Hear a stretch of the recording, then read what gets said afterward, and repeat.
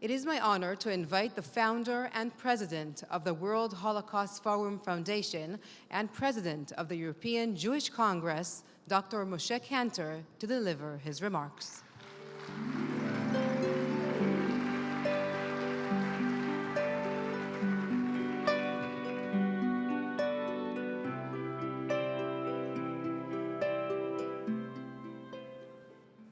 Your Majesties, Your Royal Highnesses, Your Excellencies, distinguished guests, and dear Holocaust survivors. I would like to begin by expressing my deepest gratitude to President Rivlin, who 2 years ago strongly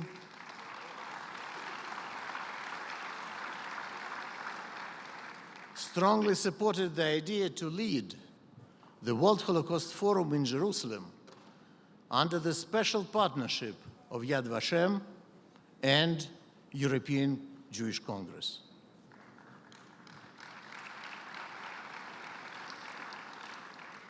I would like to address here today just 3 points. Number one, why is anti-Semitism a threat to humanity and not only for Jewish people? Number two, what is the situation today of anti-Semitism and especially for European Jews? And number three, what are the practical steps that must be taken to stop this threat? When granting equal rights to the Jews of France, Napoleon Bonaparte said, "The national attitude towards Jews is the barometer of society's civilization." And why is that? Historically, Jews were always among the most loyal citizens of their countries and did their best to integrate and to become pillars of society in all walks of life. Those who wanted to dismantle the fabric of society, extremists from both right and left, the Jews were always a symbol of society's foundations. Rejection of the Jews was a rejection of the world order. They were always the first target, but by no means the last.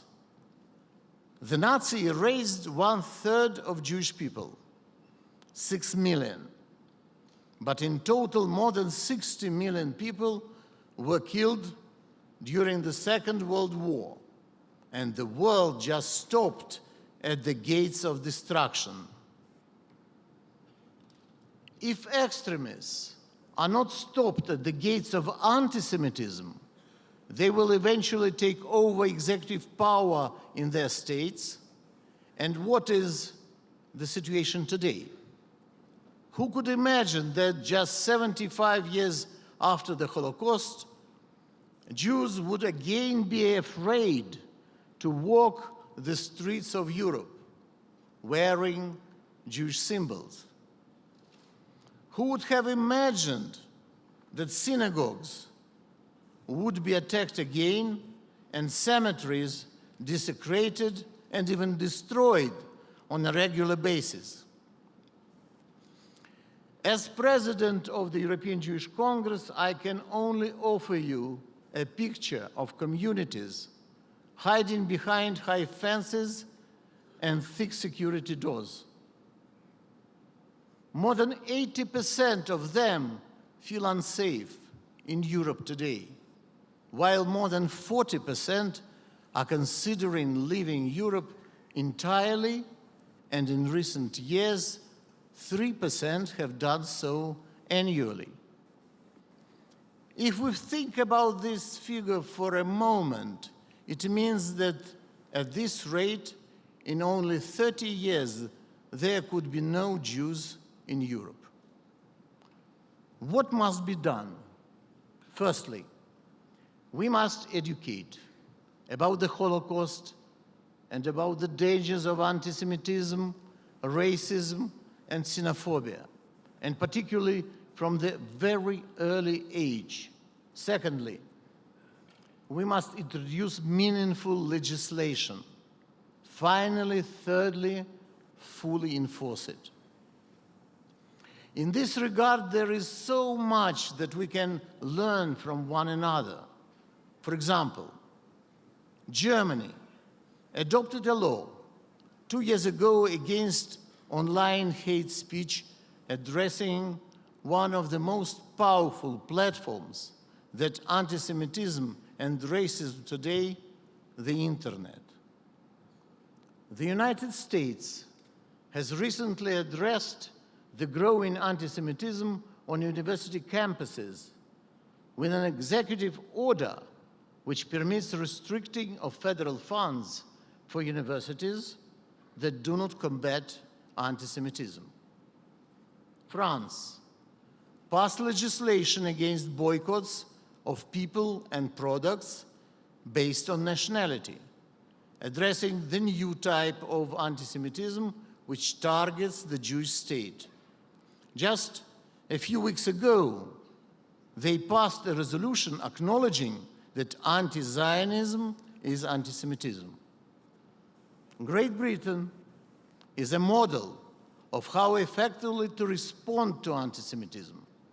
It created a task force combined of law enforcement agencies, legal institutions, and civil society organizations to effectively coordinate and act against anti-Semitism. And Russia, where we find maybe the lowest rates of anti-Semitism due to a very uncompromising long-term policy towards anti-Semitism. And anti-Semitic incidents are treated with maximum severity, therefore practically eliminating anti-Semitism in the public arena.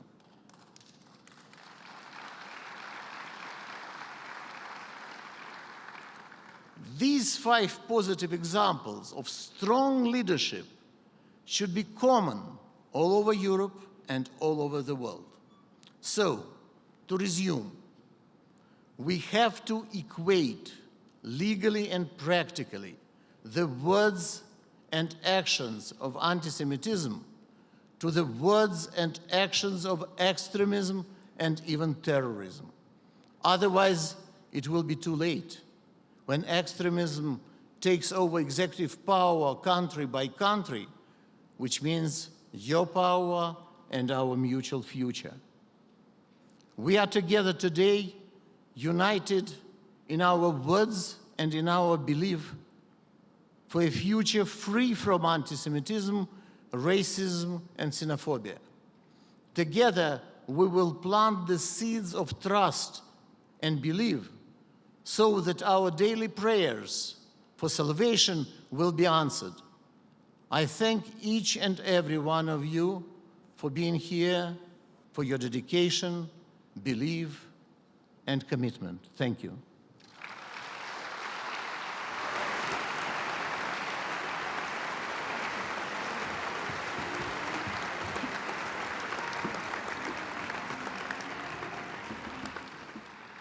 Thank you, Dr. Kantor.